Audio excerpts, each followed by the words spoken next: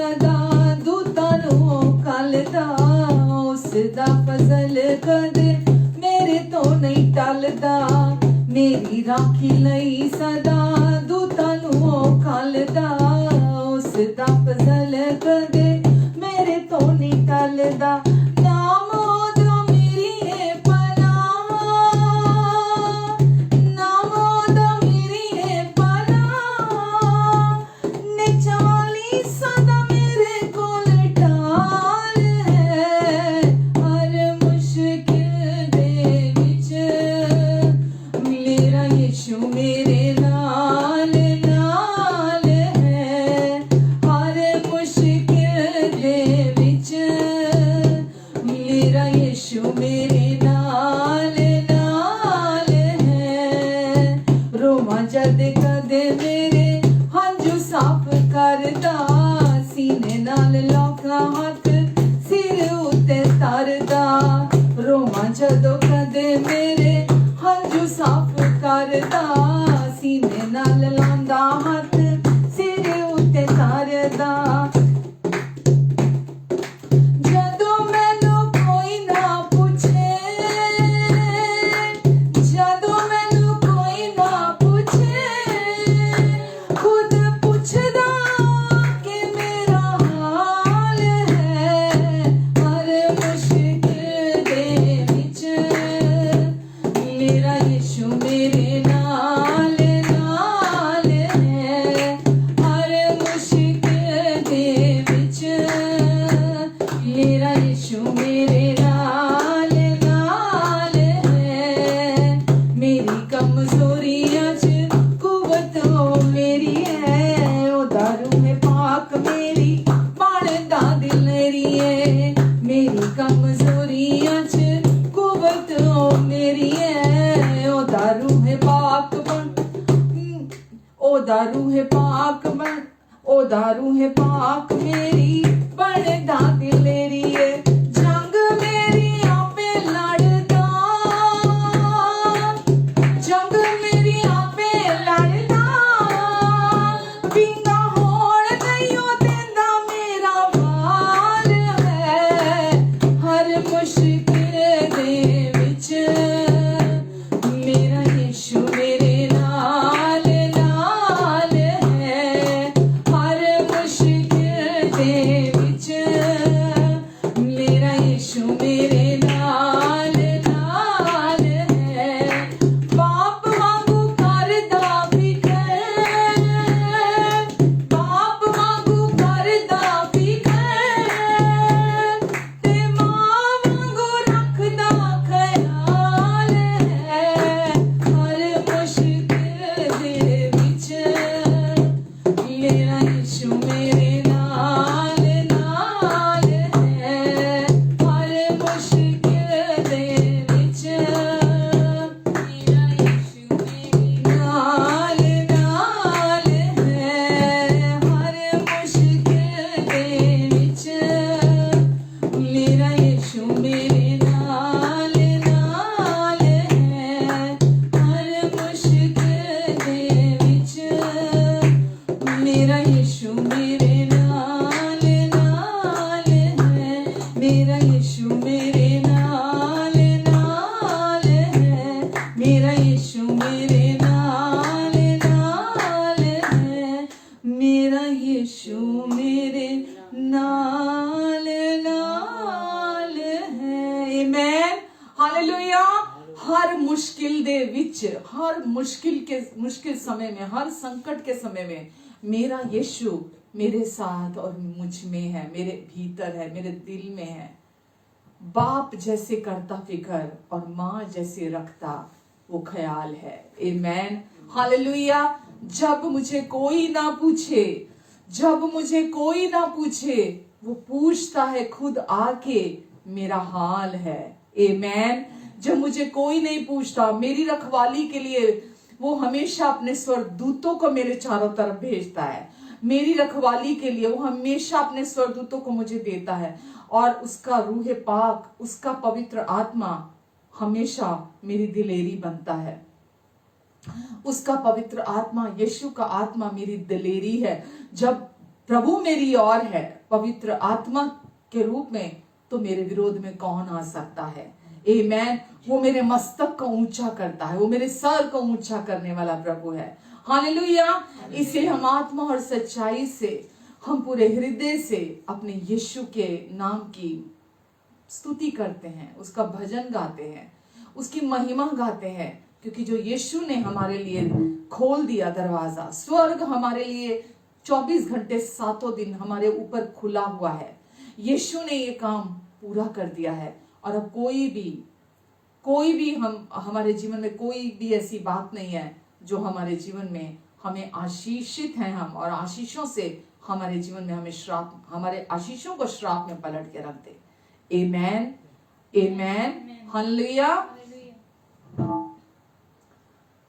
मेरे मन में तू ही तू, मेरी नजर में तू ही तू, मेरे होठों पे तू ही तू, मेरे दिल में तू ही तू, मेरे मन में तू ही तू, मेरी नजर में तू ही तू, मेरे होठों पे तू ही तू, मेरे दिल में तू ही तू। जय यीशु प्रभु, जय यीशु मेरे यीशु, जय यीशु, हालेलुया, जय यीशु, जय यीशु प्रभु, जय यीशु मेरे यीशु, जय यीशु, हालेलुया, जय यीशु।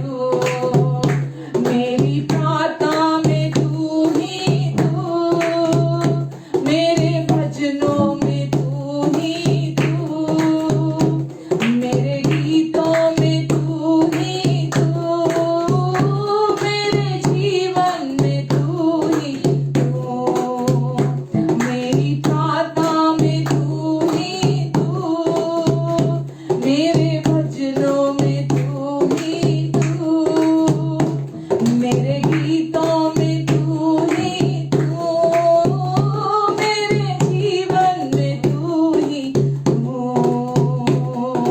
जय यीशु, हालेलुया, जय यीशु मेरे यीशु, जय यीशु मेरे प्रभु, जय यीशु, जय यीशु प्रभु, जय यीशु मेरे यीशु, जय यीशु, हालेलुया, जय यीशु, जय यीशु प्रभु, जय यीशु मेरे यीशु, जय यीशु, हालेलुया, जय मेरे मन में तू ही तू, मेरी नजर में तू ही तू, मेरे होठों पे तू ही तू, मेरे दिल में तू ही तू। आमेन। मेरे मन में तू ही तू, मेरी नजर में तू ही तू, मेरे होठों पे तू ही तू, मेरे दिल में तू ही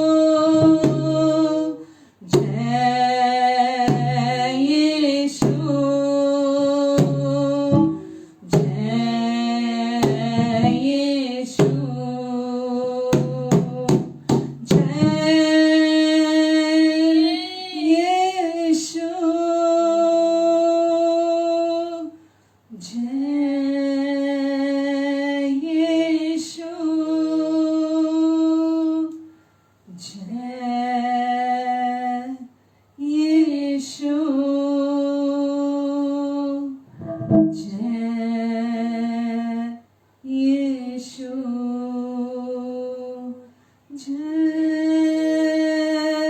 यीशु प्रभु, जय यीशु मेरे यीशु, जय यीशु हालेलुया, जय यीशु, जय यीशु, जय यीशु। आमेन, हालेलुया।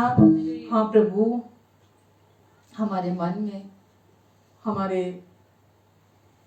नजर में, हमारे होठों पे, हमारे दिल में, हमारी प्रार्थना में, हमारे स्तुति में, भजनों में, गीतों में, हमारे जीवन में यीशु केवल आप हैं प्रभु। तू ही तू प्रभु, केवल आप हैं प्रभु। आपकी स्तुति करते हैं प्रभु, आपकी महिमा करते प्रभु, आपके नाम को अपने जीवन से ऊंचा उठाते प्रभु। आपका नाम महिमामयी नाम है प्रभु। धन्यवाद यीशु, आज की इस फेलोशिप के लिए धन्यवाद यीशु। आप जो भी अपने समय पर करते हैं बहुत सुंदर करते हैं प्रभु, और हम धन्यवाद देते हैं यीशु। आज का दिन भी आपने बनाया ताकि हम इस दिन में आनंदित रहें प्रभु, क्योंकि आप आज भी हमारे साथ, हम में, हमारे द्वारा कार्य करने जा रहे हैं प्रभु। हर देखने सुनने वाले को प्रभु आज आप इनकी अंडरस्टैंडिंग को खोलने जा रहे हैं प्रभु। और प्रभु आज अपने वचनों के प्रकाशन प्रभु आप इनके हृदयों में खोलने जा रहे हैं प्रभु। प्रभु आज के बाद ये कभी घटी में नहीं रहेंगे प्रभु, ये हमेशा आपकी बहुतायत में जिएंगे प्रभु। और आज अपने वचन के द्वारा प्रभु हमारी सोच और समझ से बढ़कर मांगने और प्रार्थना से भी अधिक अब सारी बातों को हमारे लिए सिद्धता से पूरा करने जा रहे हैं यीशु। धन्यवाद प्रभु, मेरी भी मदद करेंगे आप लीड करेंगे यीशु, सब कुछ को आप संभालेंगे। हालेलुया, आमेन, आमेन, हालेलुया। कैसे हैं आप सब? आशा करती हूँ सब बहुत अच्छे होंगे। प्रभु ने आज फिर से हमें इकट्ठा किया ताकि हम फिर से एक बार प्रभु के वचन में से हम देख सकें, हम उसे उसमें से हम सीख सकें प्रभु के वचन में से। और प्रभु आज चाहते हैं कि हम जैसा जो लास्ट वीक हमने वचन देखा था, हम उस वचन को आज फिर से देखें थोड़ा, और हम उस वचन के द्वारा हम हमारी अंडरस्टैंडिंग बढ़े, हमारी अंडरस्टैंडिंग चीज़ों को लेकर वो जो धोखा दुष्ट का काम है, शैतान का काम है, हमेशा हमारे मन में अपने झूठ के द्वारा धोखा क्रिएट करना, और ऐसी ऐसी जगहों से झूठ और धोखा आता है कि विश्वास करना, कैसे विश्वास ना करे इंसान उस झूठ पर, ये मुश्किल हो जाता है। क्योंकि बहुत सारे ऐसे लोग हैं जिनके पास बहुत सारी डिग्रीज हैं, बहुत सारे ऐसे लोग हैं जिनका बहुत नाम है, और बहुत सारे ऐसे लोग हैं जो बहुत पॉपुलर हैं। और ऐसे लोग जब वचन देते हैं और कंडीशनल वचन देते हैं, हर समय हर ब्लेसिंग परमेश्वर की, हमें वचन बताता है कि परमेश्वर की ओर से हमारे लिए फ्री में है। हर एक स्वर्गीय आशीष हमारे लिए मुफ्त में है।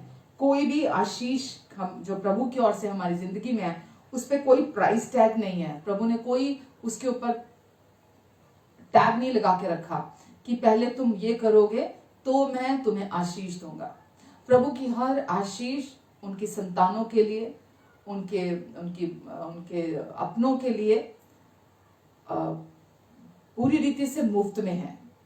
तो इसीलिए आज भी आप जब वचन सुनेंगे तो मैं विश्वास करती हूँ, एक समय ऐसा था जब प्रभु ने मेरे बंधन भी खोले, और सारा झूठ जो दुष्ट ने लोगों के थ्रू मन में क्रिएट किया था, वो सारा झूठ मेरे जीवन से प्रभु ने अपने वचन के द्वारा धोया और मेरे अंडरस्टैंडिंग को खोला परमेश्वर ने अपने वचन के प्रति, और सारे डरों को दूर किया, सारे कंफ्यूजन को दूर किया, और प्रभु ने मुझे अपनी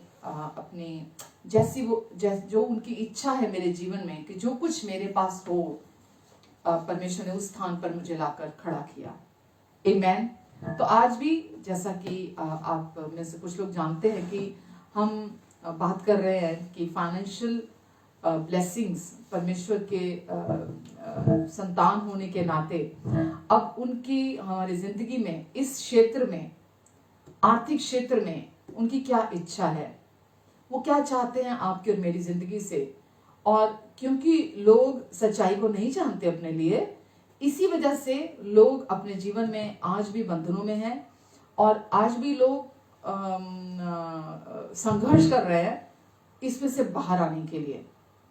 तो हम सबको समय लगता है, धीरे धीरे धीरे धीरे धीरे धीरे हम जैसे जैसे प्रभु का वचन हम समझते जाते हैं, वैसे वैसे हमारी अंडरस्टैंडिंग बढ़ती चली जाती है, और जैसे जैसे हमारी अंडरस्टैंडिंग प्रभु के वचन के अनुसार बदलती चली जाती है, वैसे वैसे हम इन चीजों से, इन सारे झूठ और धोखेबाजी से हम बाहर आते जाते हैं, बाहर निकलते जाते हैं, और हम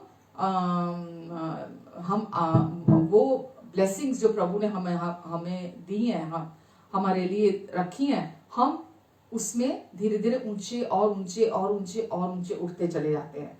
हालेलुया। तो इसीलिए आज का ये जो वचन मैंने सोचा कि आज हम शेयर करेंगे, वो यही था कि प्रभु यीशु ने क्रूस पर हर एक संघर्ष से हमें आजादी दे दी है।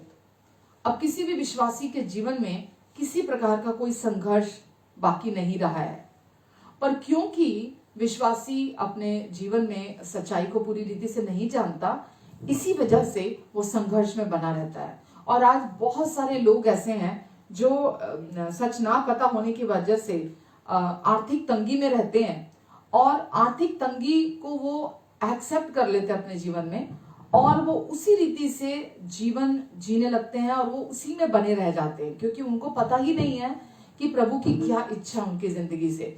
इसी वजह से वो उस आर्थिक तंगी में बने रहते हैं और उनके जीवन में संघर्ष लगातार बना रहता है, और उनके जीवन जीने का तरीका जो है वो आर्थिक तंगी वाला ही बना रहता है। वो उसी तरह के जीवन में बरकरार रहते, बने रहते हैं। तो सोचिए, अगर आपने यीशु पर विश्वास किया, आपका नया जन्म हुआ, और उसके बाद अगर आपका जीवन जैसा पहले था, कर्जों में थे, श्रापों के नीचे थे, आपके पास हमेशा पर्याप्त नहीं होता था, है ना, थोड़ा होता था, अगर आपका जीवन अभी भी वैसा का वैसा है, तो क्या ये जीवन प्रभु को महिमा देता है? क्या इस जीवन के द्वारा प्रभु को महिमा मिलती है अगर हमारा जीवन ऐसा है? तो इसीलिए आज ये वचन के द्वारा मैं बताना चाहती हूँ कि कुछ लोग गरीबी में बने रहते हैं क्योंकि उन्हें सच नहीं पता होता, और यीशु पर विश्वास करने के बाद उनको लगता है कि ये दीनता है, और ये उनके लिए ये लाजमी है कि वो गरीबी में बने रहें। मैं ऐसे बहुत सारे लोगों से मिली, फटी हुई बाइबल हाथ में, बाइबल पे बहुत सारी टेप लगी हुई हैं, और वो सोचते हैं कि ये दर्शाता है कि अगर वो इस तरह की गरीबी में, कंगाली में रहते हैं, तो अब क्योंकि अब वो विश्वासी हैं तो वो बहुतायत के बारे में उन्हें नहीं सोचना चाहिए।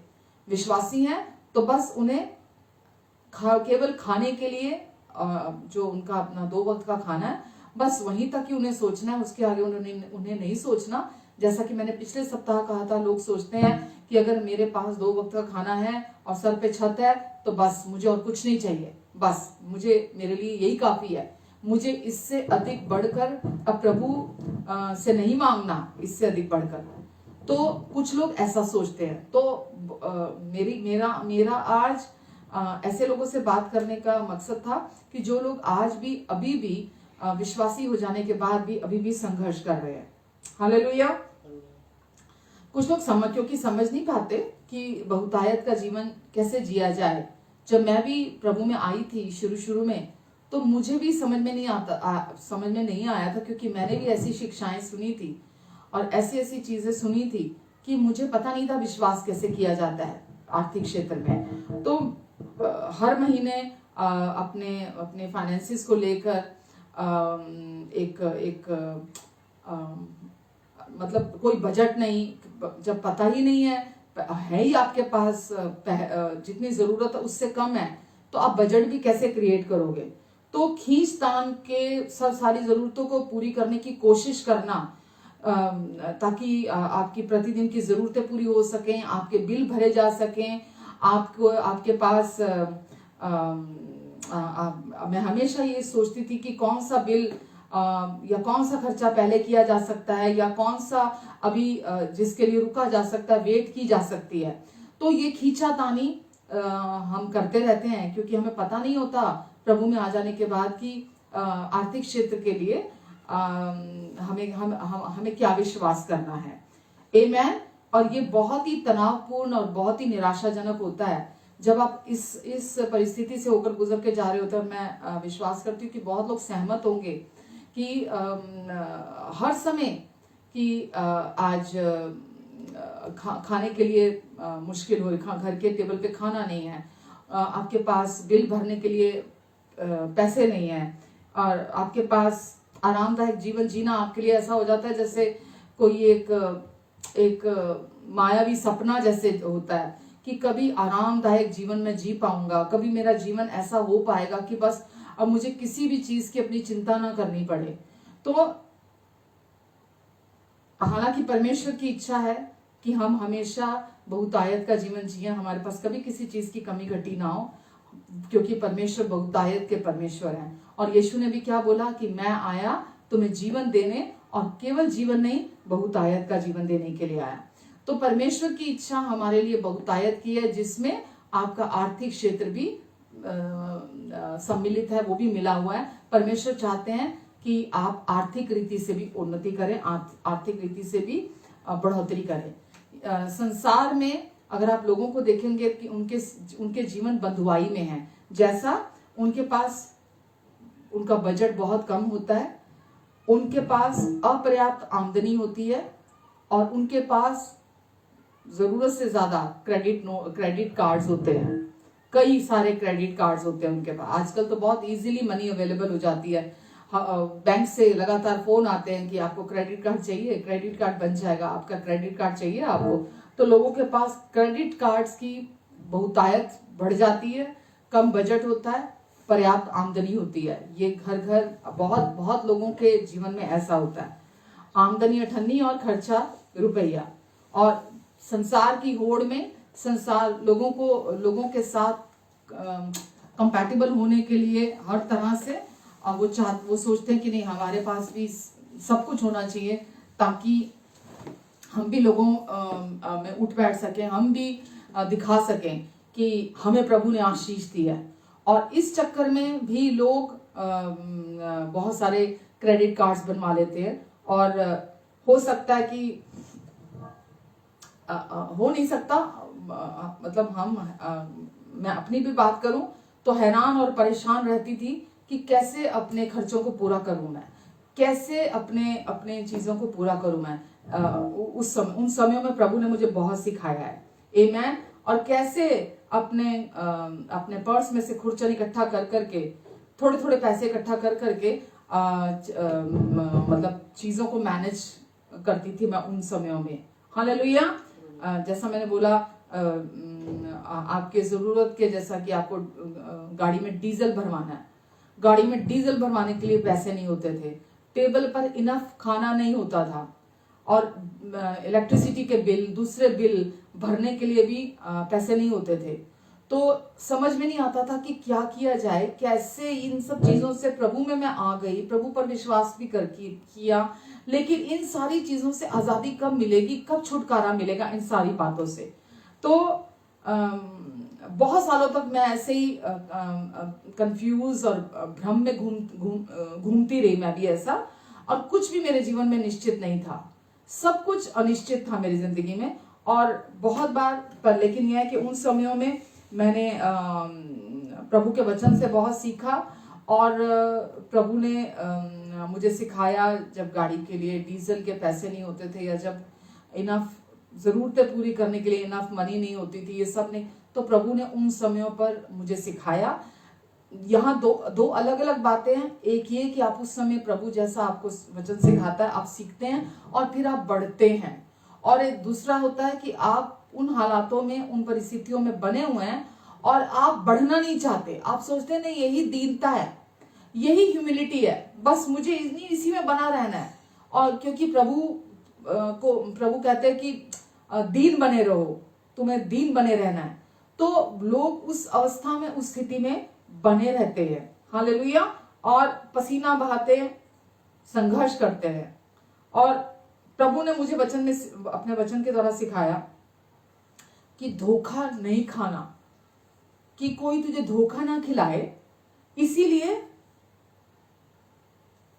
कि घटी में रहना मेरी कभी भी इच्छा नहीं है। परमेश्वर कहते हैं मैं कभी नहीं चाहता कि तू घटी में, गरीबी में या कंगाली में रहे, ये मेरी इच्छा नहीं है। हालेलुया।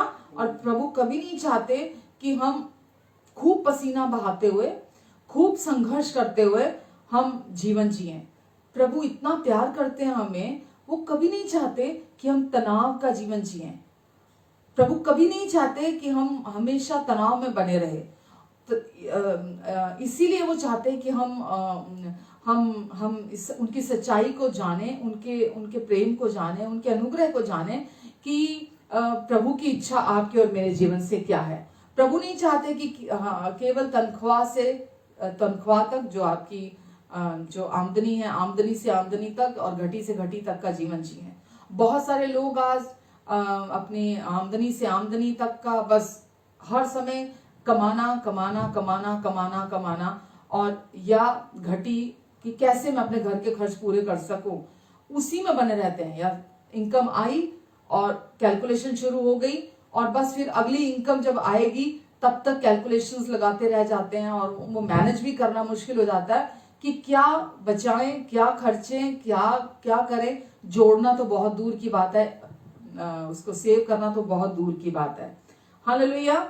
और इन सब के विपरीत प्रभु अपने, हमारे परमेश्वर हमारी हर जरूरत को पूरा करते हैं जब हम उन पर विश्वास करते हैं, जब हम उन पर इन सारी जरूरतों के लिए, चाहे वो आपके बिल है, चाहे वो आपका खाना पीना है, चाहे वो आपके घर का किराया है, घर के दूसरे खर्चे हैं, चाहे आपके बच्चों की फीस है, चाहे कुछ भी है, इस प्रभु जब आप उन पर विश्वास करते हैं तो इस सब के विपरीत वो आपको आप उन्हें अनुमति देते हैं कि वो आपके जीवन के हर क्षेत्र में आपको आशीष दे, और आपके पास अपने लिए और आपके बैंक अकाउंट के लिए भी अबंडेंस हो, बहुतायत हो। आपके पास किसी भी भली वस्तु की कमी घटी ना हो। प्रभु के अनुग्रह से हर बात में, हर समय आपके पास सब कुछ की बहुतायत हो।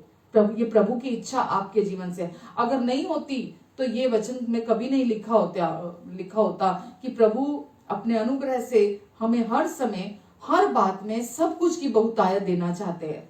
तो प्रभु ये चाहते हैं कि चाहे वो आपके घर के बिल हो, चाहे बच्चों की फीस हो, चाहे आपके घर का रेंट हो, चाहे आपके घर में आपका खाना पीना हो, चाहे आपके पास आपके गाड़ी में डीजल डलवाने, पेट्रोल डलवाने की जरूरत हो, आपके और सुख सुविधाएं जो भी आपकी जरूरत की हैं, वो सब कुछ प्रभु चाहते हैं आपके पास हो।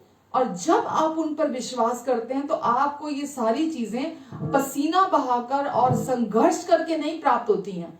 जब आप प्रभु पर विश्वास करते हैं तो आप प्रभु को अलाउ करते हैं, उन्हें आप अनुमति देते हैं कि वो आपके जीवन के हर क्षेत्र में आपको आशीष दें, आपकी सारी जरूरतें पूरी हो, और केवल आपकी जरूरतें पूरी ना हो, आपके पास, आपके बैंक में भी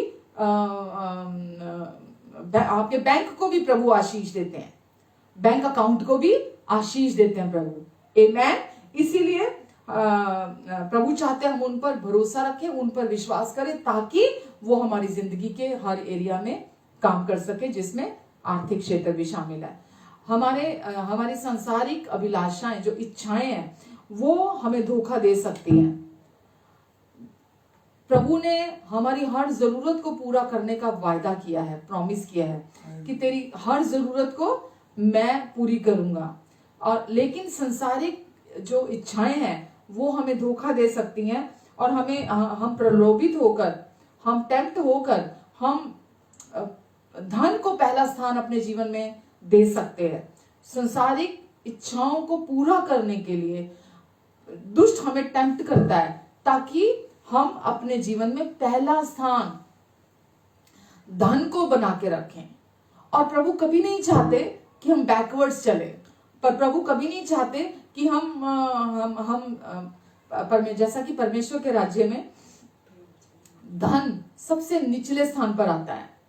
परमेश्वर के राज्य में धन सबसे छोटी जरूरत है हमारी, सबसे छोटी चीज है हमारे लिए। और जब आप पहला स्थान धन को देते हैं, तो आप क्या चुनते हैं? आप पीछे से आगे बढ़ना चुनते हैं, पीछे से आगे की तरफ जाना चुनते हैं। तो परमेश्वर कभी नहीं चाहते कि आप पीछे की तरफ से आगे की तरफ जाएं। तो परमेश्वर क्या चाहते हैं कि सबसे पहले हम परमेश्वर के राज्य और उन परमेश्वर के मत्ती 6 के 32 और 33 में लिखा है, क्योंकि यहां विश्वासियों से बात कर रहा वचन, क्योंकि अन्य जातियां इन सब वस्तुओं की खोज में रहते हैं, और तुम्हारा स्वर्गीय पिता जानता है। और तुम्हारा स्वर्गीय पिता जानता है। किसका स्वर्गीय पिता? जो विश्वासी है, जो विश्वास करता है, जिसका परमेश्वर के राज्य में नया जन्म हुआ है। तुम्हारा स्वर्गीय पिता जानता है कि तुम्हें ये सब वस्तुएं चाहिए। हम क्या खाएंगे, हम क्या पिएंगे, हम क्या पहनेंगे, ये सब वस्तुएं प्रभु का वचन कहता है कि तुम्हारा स्वर्गीय पिता पहले से जानता है कि तुम्हें इन सब वस्तुओं की जरूरत है। तो आपको इन वस्तुओं के लिए, जैसे अन्य जातियां चिंता करती हैं, अन्य जातियां फिक्र करती हैं, आपको इसके लिए चिंता करने की जरूरत नहीं है।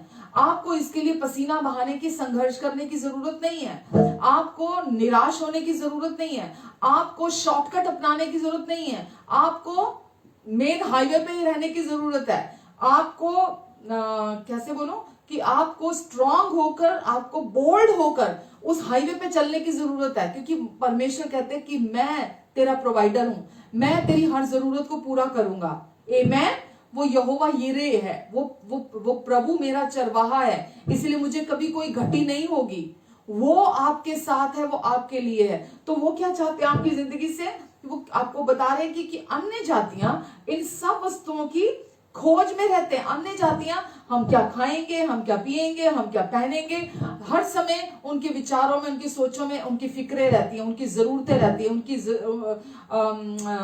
हर समय वो कि धन और ज्यादा कैसे कमाया जाए, वो हर समय उनकी सोच में रहता है कि और अधिक धन कैसे इकट्ठा किया जाए। तो अन्य जातियां, प्रभु हमें अलार्म यहां दे रहे हैं इस वचन में कि अन्य जातियां इन सब वस्तुओं की खोज में रहते हैं, पर तुम उनके जैसे मत बनना। मैं तुम्हारे साथ हूं, मैं तुम्हारा स्वर्गीय पिता हूं, और मैं पहले से ये जानता हूं। मैंने तुम्हें बनाया है, और क्योंकि अब तुमने मुझ पर विश्वास किया है, और मैं ये जानता हूं कि तुम्हें सब चीजों की जरूरत है। तुम्हें खाने की, पीने की, रहने की, पहनने की, हर चीज, जिस चीज की जरूरत है वो मैं जानता हूं। तो कि तुम्हें ये सब वस्तुएं चाहिए, कि तुम्हें ये सब वस्तुएं चाहिए। संसारिक माता पिता अपने बच्चों के लिए सब कुछ प्रोवाइड कराते हैं, तो उनकी कोई भी जरूरत हो बेस्ट से बेस्ट प्रोवाइड कराते हैं। और परमेश्वर हमारे स्वर्गीय पिता हैं, और वो ये जानते हैं पहले से। वो कह रहे हैं, सोचिए कैसे विश्वास दिला रहे हैं आपको, कैसे कन्विंस कर रहे हैं आपको कि मैं पहले से जानता हूं मेरे बच्चों कि तुम्हें इन सब चीजों की आवश्यकता है। मैं जानता हूं तुम्हें इन सब चीजों की जरूरत है। और आगे लिखा है,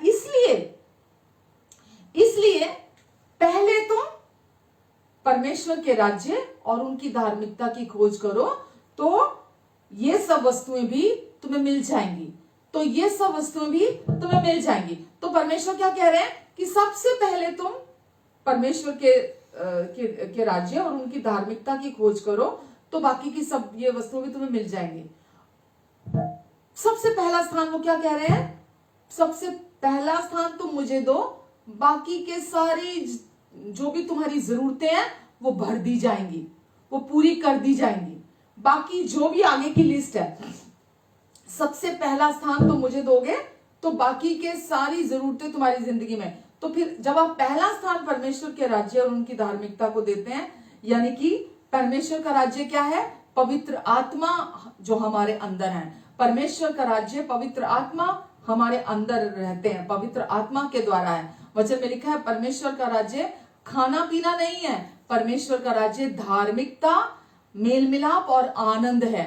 तो परमेश्वर का राज्य क्या कहाँ है? वो आपके अंदर है। और वो क्या है? पवित्र आत्मा के द्वारा परमेश्वर ने अपना राज्य आपके अंदर स्थापित किया है। और परमेश्वर की धार्मिकता, परमेश्वर का राज्य और परमेश्वर की धार्मिकता का क्या है? आप और मैं अब परमेश्वर की धार्मिकता है। आप और मैं अब यीशु के क्रूस पर पूरा हुए कार्य पर विश्वास करने के द्वारा अब हम परमेश्वर की धार्मिकता है। तो अब मैं और आप हम परमेश्वर की धार्मिकता हैं। तो सबसे पहले नंबर पर आप अपने जीवन को आशीषित देखना चाहते हैं तो सबसे पहले नंबर पर परमेश्वर के राज्य को जो पवित्र आत्मा के द्वारा आपके अंदर है और परमेश्वर की धार्मिकता की, परमेश्वर कहते हैं खोज करो कि तुम अब मसीह में कौन हो, तुम खोज करो। और पवित्र आत्मा अब जो तुम्हारे अंदर है, परमेश्वर की सामर्थ जो तुम्हारे अंदर है, जो तुम्हारी सोच और समझ से बढ़कर, मांगने और प्रार्थना से भी अधिक तुम्हारे लिए सब बातों को सिद्धता से पूरा कर सकती है। अब परमेश्वर का वचन कहता है अब जो मुझ में रहता है वो बड़ा है उससे जो इस संसार में रहता है। तो जो अब आपके अंदर रहता है वो बड़ा है, परमेश्वर का आत्मा अब आपके अंदर रहता है और वो बड़ा है उससे जो इस संसार में रहता है। इस संसार में घटी का आत्मा है, इस संसार में गरीबी का आत्मा है, इस संसार में कंगाली का आत्मा है, इस संसार में दुष्ट का काम हर समय वो करता है लोगों की जिंदगी में, ताकि लोग इग्नोरेंस की वजह से हमेशा घटी में, गरीबी में, कंगाली में बने रह जाएं और वो समझौता कर लें उन परिस्थितियों के साथ। पर परमेश्वर क्या कहते हैं कि तुम सबसे पहले मेरे राज्य की और मेरी धार्मिकता की खोज करो तो बाकी की सब वस्तु भी तुम्हें मिल जाएंगी। तो सबसे पहले नंबर पर परमेश्वर का राज्य, परमेश्वर की धार्मिकता है। और सबसे आखिरी नंबर पर जैसा मैंने आपको बोला धन आता है। सबसे निचले नंबर पर धन आता है। तो परमेश्वर क्या चाहते हैं कि आप सबसे पहले परमेश्वर के राज्य की और धार्मिकता की खोज करें। धन की चिंता आप मत करें। जब आप परमेश्वर पर विश्वास करेंगे तो बाकी की सब वस्तुएं भी तुम्हें मिल जाएंगी। आपको क्या चाहिए खाने के लिए, क्या चाहिए पीने के लिए, क्या चाहिए रहने के लिए, कहाँ रहना है, क्या पहनना है, या और भी जो भी आपकी जरूरतें हैं, परमेश्वर का प्रॉमिस है कि मैं वो सब कुछ को प्रोवाइड कराऊंगा। आमेन। और परमेश्वर चाहते हैं आप हमेशा अपनी मन की आंखों से कल्पना कीजिए, अपने मन की आंखों में अंदर अपने भीतर कल्पना कीजिए। आपको हर समय करने की जरूरत है कि मेरे पास प्रभु यीशु मसीह के कारण पहले से ही सारे रिसोर्सेज, पहले से ही सब कुछ परमेश्वर ने मुझे दे दिया है। यीशु का पूरा हुआ कार्य आज कहाँ है? कहीं बाहर है। यीशु का पूरा हुआ कार्य आज हमारे भीतर है, हमारे अंदर है। परमेश्वर ने उसे अपने राज्य को प्रभु यीशु के क्रूस पर पूरा हुआ कार्य के द्वारा हमारे अंदर इस्टेब्लिश कर दिया है, वो हमारे अंदर स्थापित कर दिया गया है। तो अब आपको जो कुछ भी चाहिए इस संसार में रहते हुए, इस धरती पर रहते हुए, वो सब कुछ को परमेश्वर ने पहले ही आपको दे दिया है। और उसके लिए आपको हर दिन इस सच्चाई को अपने मन में मेडिटेट करना है, इस सच्चाई को अपने मन में इसकी कल्पना करनी है, इसको विजुलाइज करना है आपको, ताकि आप परमेश्वर इस सच्चाई के प्रति आपकी आंखें खोलें और आप इन सारी चीजों की चिंता ना करें।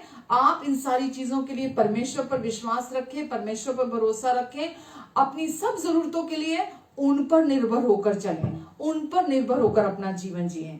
आमेन। कि आपकी सारी जरूरतें परमेश्वर ने पहले से ही यीशु के क्रूस पर पूरा हुए कार्य के द्वारा आपके अंदर संपन्न कर दी हैं, पूरी कर दी हैं आपके अंदर। आमेन। और इसलिए हमने पहले वचन में वचन में लिखा है कि उसके अनुग्रह पर विश्वास करने के द्वारा हमारा उद्धार हुआ है।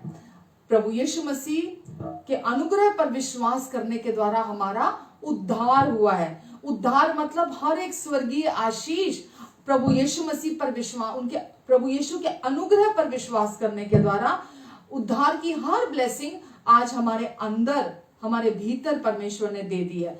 और आपको जब आप ये प्रार्थना करेंगे, जब आप ये मनन करेंगे, मेडिटेट करेंगे, अपने अंदर विजुलाइज करेंगे कि प्रभु यीशु मसीह ने मेरे अंदर अपनी हर एक मेरी हर आर्थिक जरूरत को भी अपने क्रूस पर पूरा हुए कार्य के द्वारा मेरे अंदर, जब मेरा उद्धार हुआ था उसी समय मेरे अंदर उसे प्रोवाइड करा दिया है। मैंने उसे विश्वास से अपने अंदर पा लिया है। अनुग्रह पर विश्वास करने के द्वारा मैंने उसे प्राप्त कर लिया और वो मेरे अंदर है। आमेन। और परमेश्वर, वचन में लिखा है परमेश्वर सच्चा है, परमेश्वर सच्चा है और शैतान झूठा है, झूठा ही नहीं वरन झूठ का पिता है और वो चाहता है आप हमेशा उसके झूठ में बने रहें। परमेश्वर हमेशा अपनी प्रतिज्ञा को पूरा करने के लिए विश्वास योग्य हैं और परमेश्वर आज तक सच्चे और विश्वास योग्य ठहरे हैं, आगे भी परमेश्वर सच्चे और विश्वास योग्य ठहरेंगे। परमेश्वर अपनी प्रतिज्ञा को कि हमें हर रीति से आर्थिक आशीष हमारी जिंदगी में बनी रहे, उसके लिए वो विश्वास योग्य हैं। परमेश्वर अपने प्रॉमिस को पूरा करते हैं। तो परमेश्वर की ओर से कोई देरी नहीं है आपके जीवन में आर्थिक रीति से आपको आशीष देने की। आपको अपने मन में परमेश्वर के वचन को बीज के तौर पे लेना है, परमेश्वर के प्रॉमिस को अपने अंदर से बीज के तौर पर लेना है, ताकि परमेश्वर की सामर्थ जो आपके अंदर है, पवित्र आत्मा की सामर्थ जो आपके अंदर है, उस वचन के द्वारा आपके भीतर से उसे खोले जो परमेश्वर ने पहले से आपके लिए अंदर आपके रख दिया है। आमेन। तो इसका अर्थ क्या है कि अब पैसे की जिम्मेदारी के साथ अच्छे से आप हैंडलिंग करेंगे। दूसरा नंबर पर आप बिलों के भुगतान करेंगे। ये सब आप कैसे करेंगे? अब आप परमेश्वर की बुद्धि के द्वारा करेंगे। ये सब कुछ आप परमेश्वर की बुद्धिमानी के द्वारा करेंगे। अपने घर के बजट को भी आप अब स्टैब्लिश करेंगे। कैसे? परमेश्वर की बुद्धि के अनुसार करेंगे। परमेश्वर चाहते हैं कि जो थोड़े में विश्वास योग्य है उसे बहुत दिया जाएगा। यानी कि जो थोड़े से थोड़े में, यानी कि जो सबसे छोटा है, जो सबसे निचला है, क्या है वो? धन का क्षेत्र। जो थोड़े में, जो सबसे थोड़ा है, जो उसमें विश्वास योग्य है, उसे बहुत दिया जाएगा। तो परमेश्वर क्या चाहते हैं कि आप धन की जो मैनेजमेंट है, जो उसकी हैंडलिंग है, जो उसकी संभाल है, अब परमेश्वर चाहते हैं कि अब आप उसकी संभाल बहुत ही तरीके से करें। और कैसे करें? परमेश्वर की बुद्धि के द्वारा करें। जैसा परमेश्वर चाहते हैं आपके जीवन में, जैसा परमेश्वर चाहते हैं कि आप, परमेश्वर ये कभी नहीं चाहते जैसा इस संसार के लोग करते हैं कि वो भारी भारी कर्जे उठा लेते हैं, भारी भारी कर्जों पर डिपेंड होकर अपनी जिंदगी बिताते हैं। यहाँ तक कि आपको पता है बड़ी बड़ी कंपनियां जो है वो सब भारी कर्जों पर चलती है और रातों को नींद नहीं आती है, रातों को सोते नहीं है, उनकी हेल्थ को अफेक्ट करती हैं वो चीजें। भले ही बाहर से देखने में उनके आपको विशाल महल दिखाई देंगे, बड़ी बड़ी अनगिनत गाड़ियां उनके पास होंगी, लेकिन मन की शांति उनके पास नहीं है। उनके जीवन में वो जो धन है, उन्होंने धन उनके जीवन में प्रभु की आशीष से नहीं आया है। उनके जीवन में धन उन्होंने अपने तरीके से, जैसा मैंने पिछले हफ्ते भी बोला था कि ऐसा भी एक मार्ग है जो सही जान पड़ता है, पर उन्हें सही जान पड़ता है, लेकिन उसके लिए उन्हें कीमत चुकानी पड़ती है। और वो क्या कीमत चुकाते हैं? अपनी हेल्थ की कीमत चुकाते हैं, अपनी शादीशुदा जिंदगी में प्रॉब्लम्स ले आते हैं, अपने बच्चों के फ्यूचर में आने वाले कल में बहुत सारी समस्याएं बच्चों के जिंदगी में आ जाती हैं। वो बच्चों के साथ टाइम स्पेंड नहीं कर पाते हैं, बल्कि हर समय वो पैसा कमाने के उस चक्कर में फंसे रह जाते हैं। हालेलुया। और परमेश्वर क्या चाहते हैं आपसे और मुझसे? कि हम किसी भी प्रकार के भारी कर्जे पर निर्भर ना हो। परमेश्वर के लोगों को कर्जे पर डिपेंड होने की जरूरत नहीं है।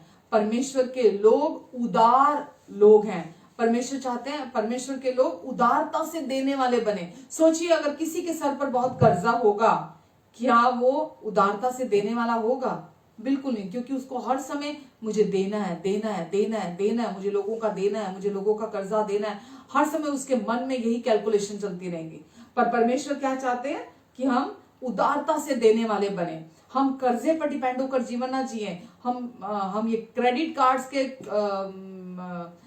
से प्रलोभित ना हो कि हम जहां से भी क्रेडिट कार्ड बन रहा है हम क्रेडिट कार्ड बना लें और हम ये भी ले लें कर्जे पे, वो भी कर्जे पे ले लें, वो भी कर्जे पे ले लें, और वो भारी कर्जा सर पे लेकर हम तनाव और परेशानी का जीवन अपना जिए। तो परमेश्वर चाहते हैं कि हम उदार बने, और उदारता का का संबंध आपके बैंक अकाउंट से बिल्कुल नहीं है। कि कोई व्यक्ति ये सोचे कि पहले मेरे पास बहुत हो, उसके बाद मैं लोगों की मदद करूंगा, मैं भले काम करूंगा, मैं दूसरों की हेल्प करूंगा। मुझे किसी ने एक बार गवाही दी कि मैं पहले जितने अधिक पाप करता था उतनी अधिक मैं मन्नतें मान के आता था कि क्योंकि मैं ये पाप करने जा रहा हूं, और अब मैं पहले ये मन्नत मान लेता हूं कि मेरा ये काम बन जाए, मेरा ये गलत काम बन जाए, तो मैं ये मन्नत मानता हूं और मैं ये करूंगा उसके बदले में। और उसके बाद वो बोलते थे कि मन्नत पूरी करने जाते थे, उस पाप में सफलता पाने के बाद, उस पाप के जीवन में सफलता प्राप्त करने के बाद मैं मन्नत को पूरी करने जाता था। अगली बार फिर जब पाप कोई करना होता था, पाप से पैसा कमाना होता था, गलत काम करके पैसा कमाना होता था, मैं फिर पहले मन्नत मानता था, और मैं मन्नत मानने के बाद, वो काम में सफलता पाने के बाद फिर वो मन्नत पूरी करने जाता था। तो परमेश्वर इस रीति से कभी काम नहीं करते हैं।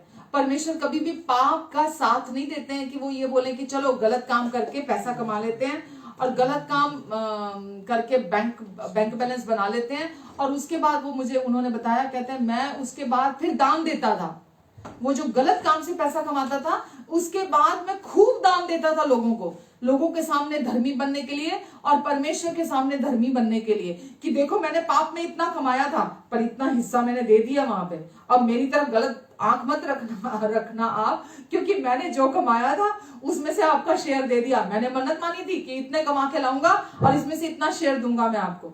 मैंने वो गलत काम से पैसा कमाया है और अब मैं इसीलिए भले कामों में दे रहा हूं, तो मेरी तरफ आप गलत दृष्टि मत डालना, मेरे ऊपर दयालु बने रहना आप। तो लोग ऐसा सोचते हैं। लोग सोचते हैं पहले बैंक में बहुत आ जाएगा, उसमें से फिर मैं उदारता से दूंगा। ये बिल्कुल सही नहीं है।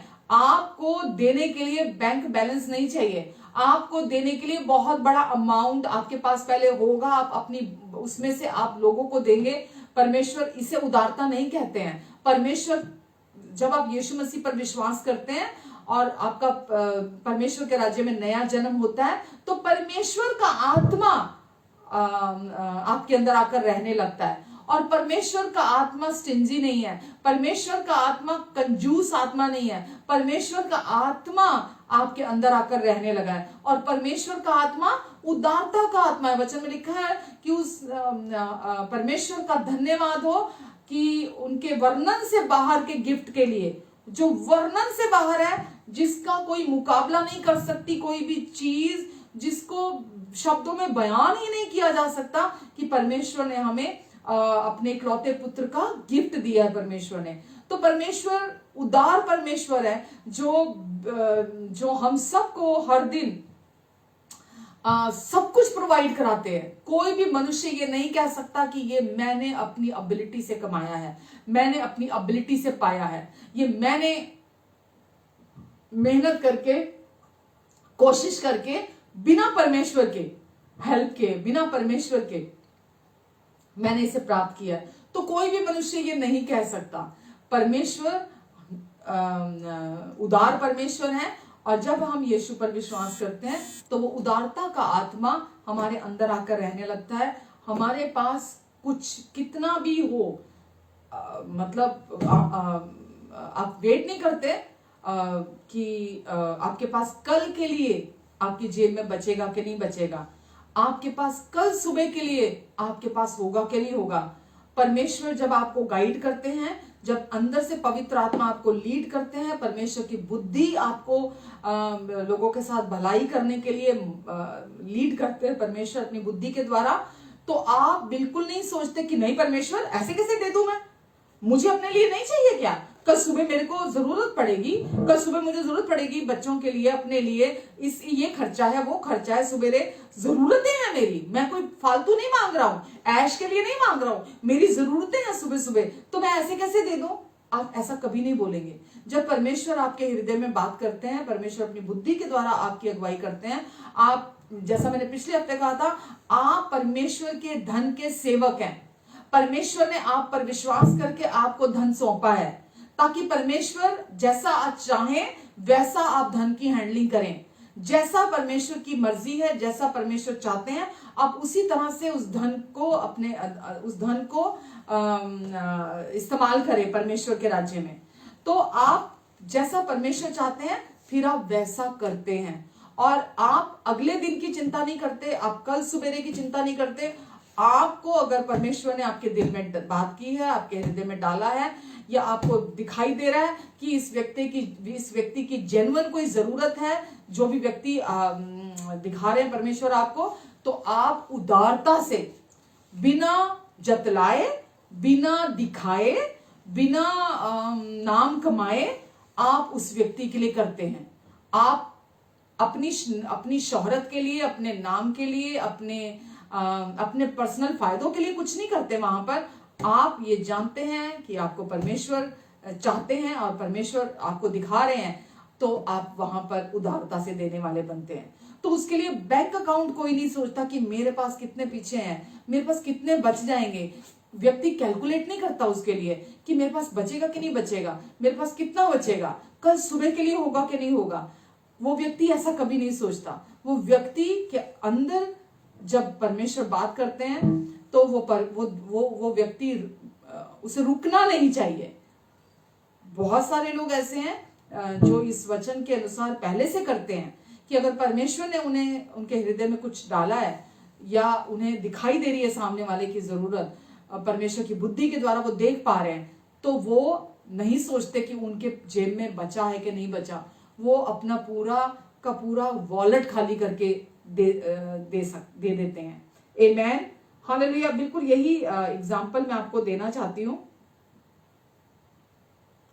कि वचन हमें परमेश्वर पर भरोसा रखना सिखाता है।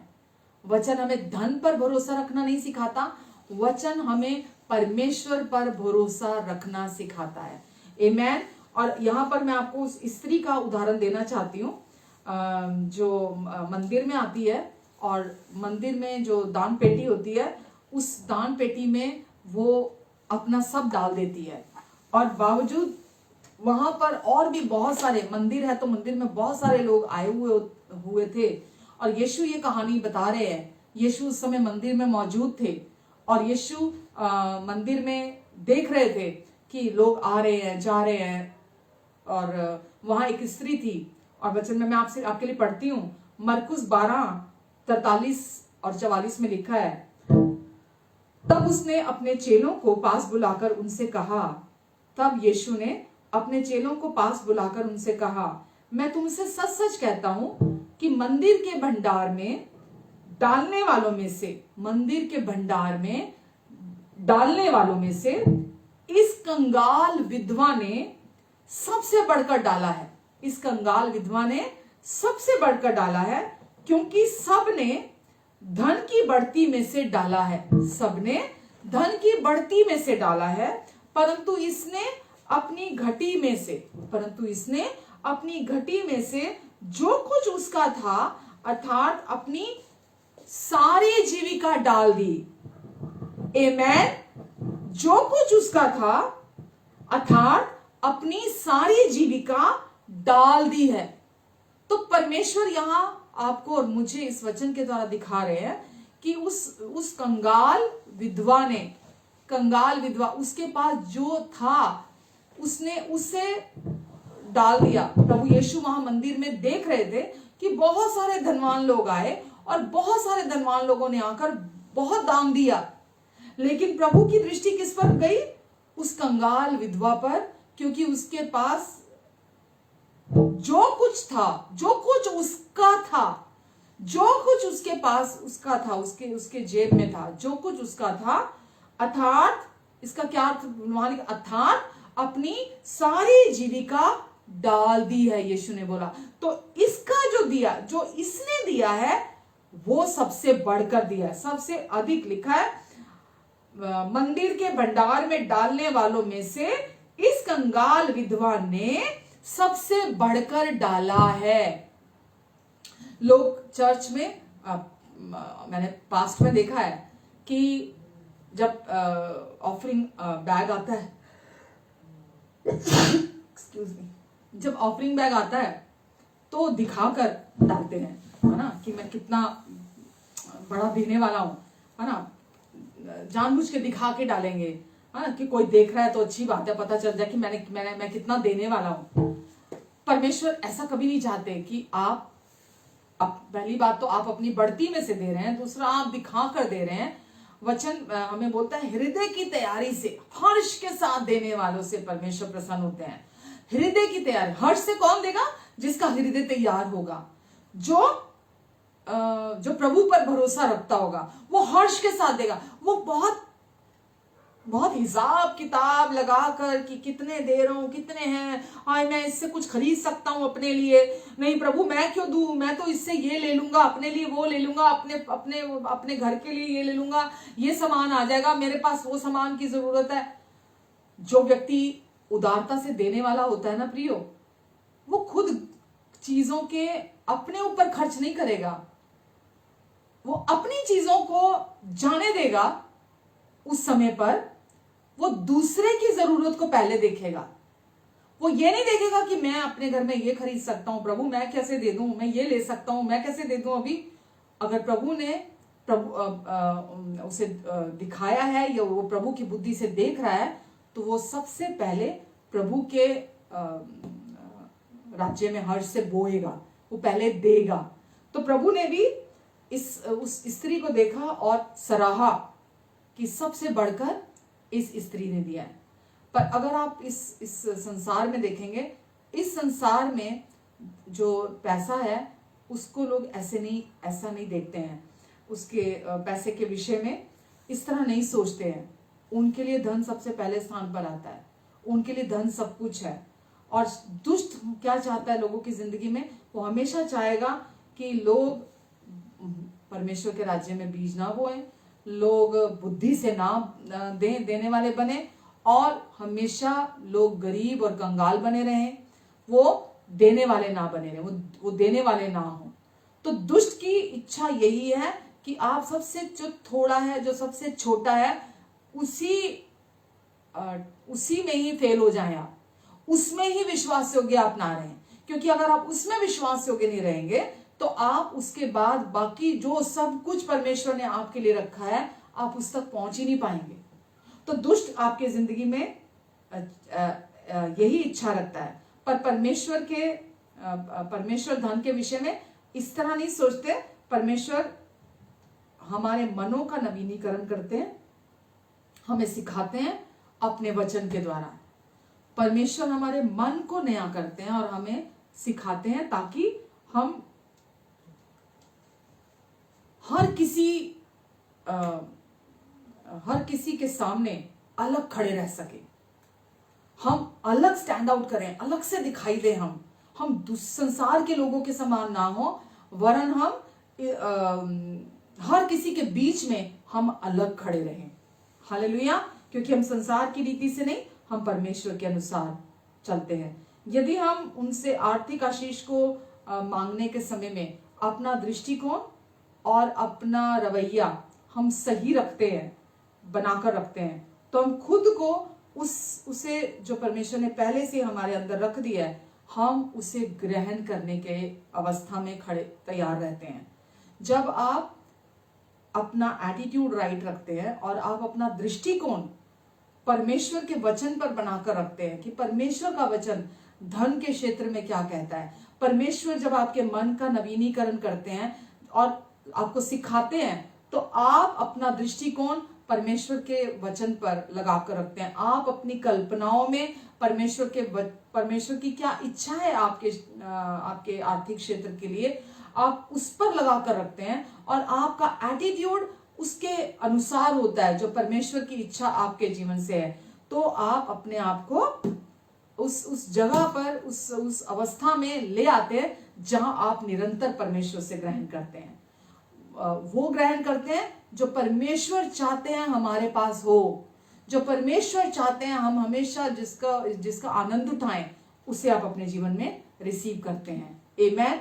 कब रिसीव करते हैं? जब आप अपना दृष्टिकोण और अपना एटीट्यूड, अपना रवैया परमेश्वर के वचन के अनुसार बनाकर रखते हैं धन के क्षेत्र में, कि परमेश्वर की इच्छा क्या है आपकी जिंदगी में, तो आप उसे पाते हैं जो परमेश्वर चाहते हैं आपके पास हो। आमेन। बिना वचन को अपने मन में कल्पना किए आप कुछ नहीं प्राप्त कर सकते जो परमेश्वर ने पहले से मुफ्त में आपके लिए उपलब्ध करा दिया आपके अंदर। तो आप जब तक परमेश्वर के वचन को अपने मन में मनन नहीं करते, मेडिटेट नहीं करते, कल्पना नहीं करते परमेश्वर के प्रोमिसेस को लेकर, तो वो आपके लिए आप उसे अपने जीवन में पूरा होते नहीं देखते हैं। यूहन्ना 14 के 13 और 14 में लिखा है, यीशु ने कहा, और जो कुछ तुम मेरे नाम से मांगोगे वही मैं करूंगा। जो कुछ तुम मेरे नाम से मांगोगे वही मैं करूंगा, कि पुत्र के द्वारा पिता की महिमा हो। जो कुछ भी तुम मेरे नाम से मांगोगे वो मैं तुम्हारे लिए करूंगा, ताकि पुत्र के द्वारा पिता की महिमा हो। यदि तुम मुझसे मेरे नाम से कुछ मांगोगे तो मैं उसे करूंगा। आमेन। यदि आप जो यीशु कहते हैं, यदि आप उन प्रोमिसेस पर, वचन में लिखा है ना कि प्रभु के सारे वायदे पहले से ही हाँ और आमीन के साथ हैं, तो प्रभु ने अपने प्रोमिसेस आपको दिए हैं ताकि आप उन पर विश्वास करें। और जब आप उन प्रोमिसेस को विश्वास से बोलते हैं तो यीशु क्या बोल रहे हैं?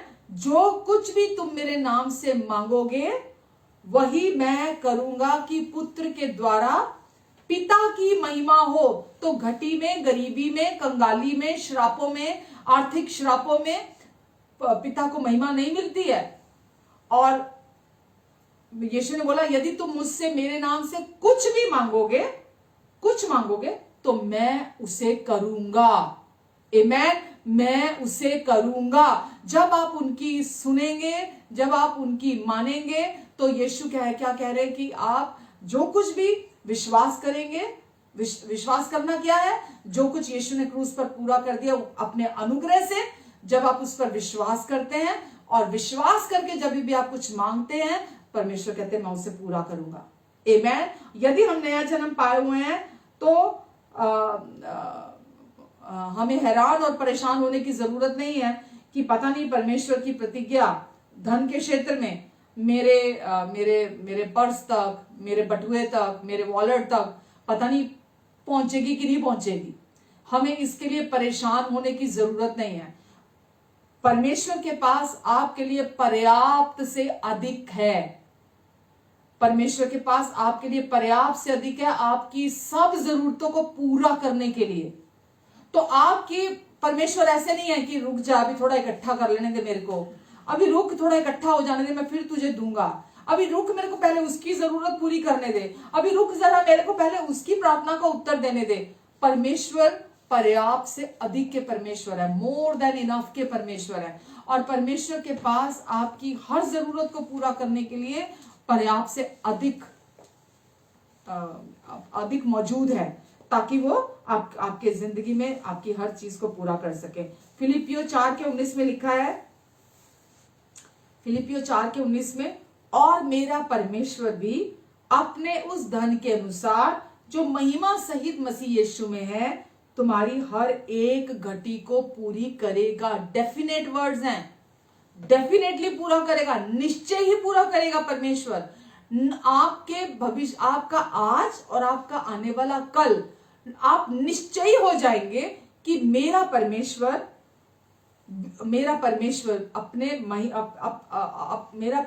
उस धन के अनुसार जो महिमा सहित मसीह यीशु में है उस धन के अनुसार जो महिमा सहित यीशु में, ना कि जो इस संसार का धन है। इस संसार के धन की बात वचन नहीं कर रहा, उस धन के अनुसार जो महिमा सहित मसीह यीशु में है, तुम्हारी हर एक घटी को पूरी करेगा। हमारे स्वर्गीय पिता हमें किसी भी क्षेत्र में घटी में नहीं छोड़ेंगे, क्योंकि वो हमसे प्यार करते हैं। वो हमारे प्रेमी पिता हैं, उनको हमारी हर जरूरत का ख्याल है, हमारी हर जरूरत के बारे में पहले से पता है। वो कहते हैं मैं जानता हूं कि तुम्हें इन सब चीजों की जरूरत है और मैं तुम्हें पर्याप्त से अधिक का परमेश्वर हूं, तुम्हारी हर जरूरत को पूरा करूंगा। इसीलिए फिक्र मत करो, चिंता मत करो, शॉर्टकट मत अपनाओ, शॉर्टकट मत अपनाओ, किसी भी तरह से मैनिपुलेटिव मत बनो, लोगों को कंट्रोल मत करो अपनी गलत शिक्षाओं से, अपनी गलत बातों से। लोगों को कंट्रोल नहीं करना है हमें अपनी हर जरूरत के लिए परमेश्वर कहते हैं कि उनकी महिमा के उस धन से जो मसीह यीशु में है, हमें उस पर निर्भर रहना है, ताकि परमेश्वर जो हमारे प्रोवाइडर हैं उनको हमारे जीवन के आर्थिक क्षेत्र में भी महिमा मिले हमारी जिंदगी से। तो आपको, मुझे, हमें किसी भी दिन ये इनसिक्योरिटी, ये डर हमारे अंदर नहीं होना चाहिए कि पता नहीं आज तो निकल गया दिन कैसे भी, पता नहीं कल होगा कि नहीं होगा। हाँ प्रभु प्लीज कल मेरी मदद कर देना, प्रभु प्लीज। आपको ऐसा चिंता करने की, घबराने की, प्लीड करने की जरूरत नहीं है परमेश्वर के सामने। परमेश्वर बोलते हैं अब तुमने यीशु पर विश्वास किया है और तुम्हारा मेरे राज्य में नया जन्म हुआ है पवित्र आत्मा के द्वारा। अब तुम नई सृष्टि हो, अब तुम मुझसे बिलोंग करते हो। तुम्हारी हर जरूरत, तुम्हें क्या चाहिए, तुमने क्या खाना है, तुमने क्या पहनना है, तुम कहाँ रहोगे, सब कुछ तुम्हारी प्रतिदिन की हर जरूरत की मुझे पता है कि तुम्हें ये चाहिए। तो ये निश्चित होते हुए, अंदर से शांति में बने रहते हुए, अंदर से विश्राम में, रेस्ट में बने रहते हुए एकदम टिक जाओ, एकदम शांत हो जाओ, ये जानते हुए कि निश्चय ही मैं तुम्हारी हर घटी को दूर करूंगा। निश्चय कभी भी तुम्हारे सर को मैं नीचा होने नहीं दूंगा। हो सकता है प्रभु में आने से पहले आपके सर पर कर्जा हो सकता है प्रभु में आने से पहले आप जीवन में हो नहीं सकता तकरीबन लोगों की जिंदगी में, क्योंकि श्रापों के नीचे होते हैं। अगर किसी के पास धन होता है, वो धन कमाने के चक्कर में उनके परिवार में समस्याएं होती हैं, उनकी शादी में समस्याएं होती हैं, उनके बच्चों के जीवन में समस्याएं होती हैं। बहुत सारे लोग ऐसे हैं जिनके जीवन में आज धन बहुत है, और लगता है आज का बच्चा मेरे लिए नहीं है, मेरे पास पैसा बहुत है, जो उन्होंने खुद अपने उससे कमाया है, यहां से वहां से, प्रॉपर्टी से, किसी चीज से। उन्हें लगता है नहीं बस हमें जरूरत नहीं है। अरे भाई, आपको केवल धन जो दिखता है, जो मैंने बोला कि परमेश्वर के राज्य में सबसे छोटी चीज है, अगर वो आपके पास है तो जरूरी नहीं है कि वो धन आपके जीवन में आशीष का कारण है। वचन में लिखा है जब तक परमेश्वर की आशीष के द्वारा धन हमारे पास नहीं आता, तब तक वो धन दुख रहित नहीं होता। परमेश्वर की आशीष, परमेश्वर जब हमें आशीष देते हैं तो उसमें दुख नहीं मिला होता, लेकिन जब हम संसारिक रीति से धन प्राप्त करते हैं तो उसमें दुख मिला होता है।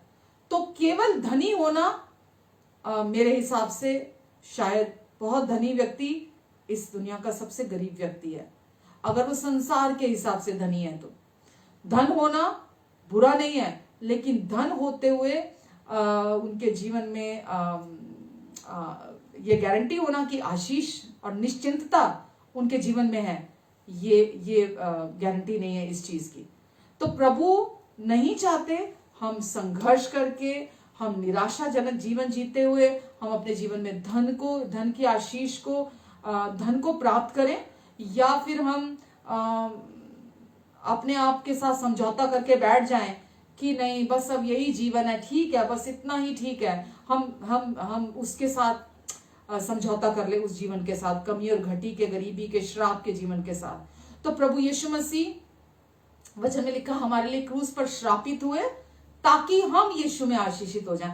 अब आपके ऊपर से श्राप तोड़ने की जरूरत नहीं है, आपको इस वचन पर विश्वास करने की जरूरत है अपने लिए, ना कि कोई आए और आकर आपके ऊपर श्रापों को तोड़े, वो तोड़ेगा नहीं जब तक आपके श्राप टूटेंगे नहीं, आपके जीवन में आशीष नहीं आएगी। गलत। आप इस वचन को लें, प्रभु के प्रोमिसेस को लें, आप उन पर विश्वास करें। जब आप विश्वास करेंगे आपके मन का नवीनीकरण होगा। जब आपके मन का नवीनीकरण होगा, आप प्रभु से सीखेंगे तो आप प्रभु की ब्लेसिंग्स में चलेंगे। तो अब आपको कमी में, गरीबी में, घटी में, श्रापों में बने रहने की जरूरत नहीं है। आप प्रभु के धन के सेवक हैं। प्रभु ने आपको अपना खजांची बनाया ताकि आप, जैसा प्रभु आपकी जिंदगी में चाहते हैं, आप उस धन को, जहां प्रभु बोलते हैं तो खजांची उस धन को अपने लिए ये सोचकर नहीं बैठ जाता अब अकाउंट में संभाल रहा हूं तो ये सारा धन मेरा हो गया। वो ऐसा कभी नहीं सोचता। वो ये जानता है कि मैं इस धन का खजांची हूं, मुझे रखा गया है ताकि मैं इसका मैनेजमेंट कर सकूं। मैं इसका बजट जो है या जो भी खर्चे हैं, मैं उसको, जैसा मेरा मालिक मुझे कहता है, मैं उसके हिसाब से उसकी मैनेजमेंट करूं। तो ऐसे ही परमेश्वर धन के मालिक है। धन और महिमा परमेश्वर से बिलोंग करती है। परमेश्वर ने आपको धन की आशीष दी है क्योंकि ये तो आनी ही है। ये हो ही नहीं सकता कि अगर आप विश्वासी हैं, अगर आपका प्रभु के राज्य में नया जन्म हुआ है, हो ही नहीं सकता कि आप संपन्न ना हो ही नहीं सकता कि आपके जीवन में आप घटी में बने रहे। आपके पास हर बात में, हर समय सब कुछ की बहुतायत रहेगी प्रभु के अनुग्रह से, और यहां तक कि भलाई करने के लिए भी। तो कभी नहीं होगा कि आपको, वचन में लिखा है, धर्मी के वंश को कभी किसी ने किसी के सामने टुकड़े मांगते नहीं देखा। धर्मी का वंश भी, धर्मी तो आशीषों के नीचे रहता ही है, धर्मी का वंश भी, प्रभु प्रॉमिस करते हैं, उसे भी कभी टुकड़े मांगते नहीं देखा गया।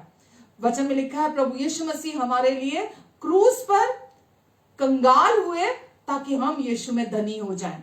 तो ये डिवाइन एक्सचेंज प्रभु ने कर दिया, ये आदान और प्रदान हो चुका है। यीशु ने हमारा स्थान लिया ताकि हम यीशु का स्थान ले लें। आमेन। और जैसे यीशु है इस समय स्वर्ग में, वैसे इस समय धरती पर हम भी हैं। हालेलुया। आमेन। तो आशा करती हूँ कि आज आपने सीखा है वचन को, और अब आप श्रापों के नीचे नहीं हैं। यीशु को स्वीकार करना, आशीषों को स्वीकार करना है। यीशु आशीषों का सोर्स है हमारी जिंदगी में। जिसका सर यीशु है, उसका संपूर्ण जीवन आशीषित है। आमेन। क्योंकि यीशु आशीषों का स्रोत है, वो सोर्स है हमारी जिंदगी में। आमेन। हालेलुया। पिता, आज के वचन के लिए मैं आपको धन्यवाद देती हूँ परमेश्वर। पिता, आज जिन भी लोगों ने इस वचन को सुना, देखा है, प्रभु इन सब ने आज आपके अनुग्रह की सच्चाई को रिसीव किया है। आपने अपने क्रूस पर पूरा हुए कार्य के द्वारा प्रभु इन्हें पहले से ही संपन्न बना दिया है। अब आपने इनके जीवन से हर संघर्ष को क्रूस पर खत्म कर दिया है, और अब इन्हें अपने आर्थिक क्षेत्र में संघर्ष करने की जरूरत नहीं है। प्रभु, जिस दिन इन्होंने आप पर विश्वास किया, इनका उद्धार हुआ।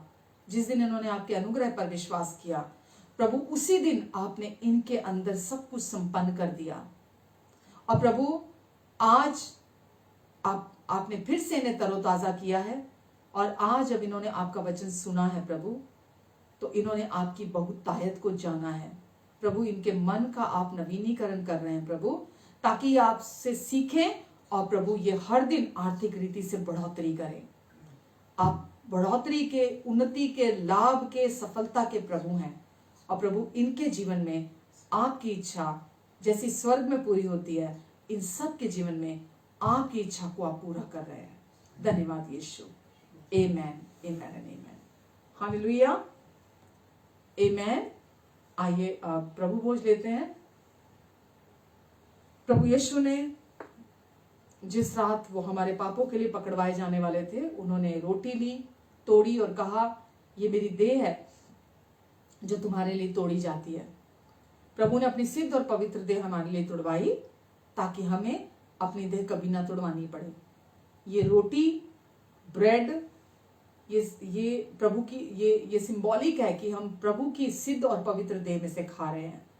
जो विश्वास से ये जानते हुए खाता है कि मैं प्रभु की देह में से खा रहा हूं, वचन हमें बताता है कि अगर वो रोगी भी है, उसके सिम्टम है, तो वो चंगा हो जाएगा। अगर कमजोर है तो वापस स्ट्रांग हो जाएगा।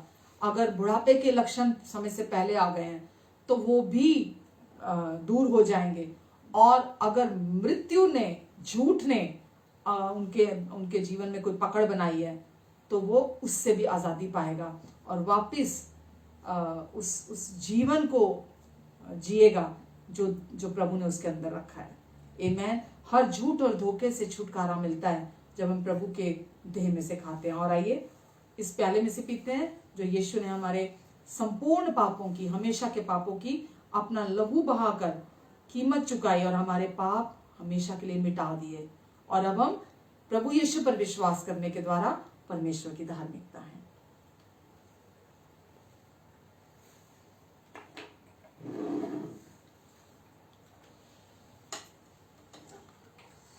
हालेलुया।